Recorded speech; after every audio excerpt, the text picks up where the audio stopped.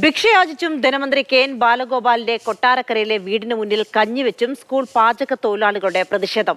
2 മാസത്തെ ശമ്പളം മുടങ്ങിയതിലായിരുന്നു തൊഴിലാളികളുടെ പ്രതിഷേധം.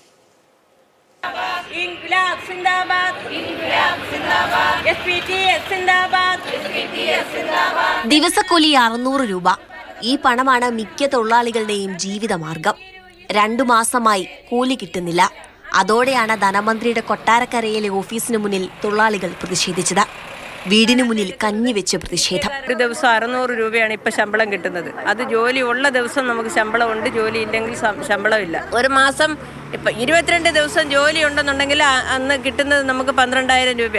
ഇത്രയേ ഉള്ളൂ നമ്മൾക്ക് കിട്ടാനുള്ള ശമ്പളം. അതെങ്കിലും അതാത് മാസത്തിൽ തരാൻ സർക്കാർ മനസ്സ് കാണിക്കുക. കൂടാതെ ഒട്ടേറെ ആവശ്യങ്ങളും തൊഴിലാളികൾ ഉന്നയിക്കുന്നു.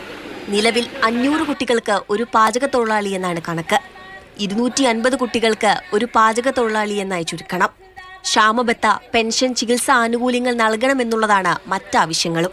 ഇതേ ആവശ്യങ്ങൾ ഉന്നയിച്ച് ക്ലിഫ് ഹൗസിലേക്ക് മാർച്ച് നടത്തും. പരിഹാരമുണ്ടായില്ല എങ്കിൽ പണിമുടക്കി പ്രതിഷേധിക്കാനാണ് തൊഴിലാളികളുടെ തീരുമാനം. മാതൃഭൂമി ന്യൂസ്, കൊല്ലം.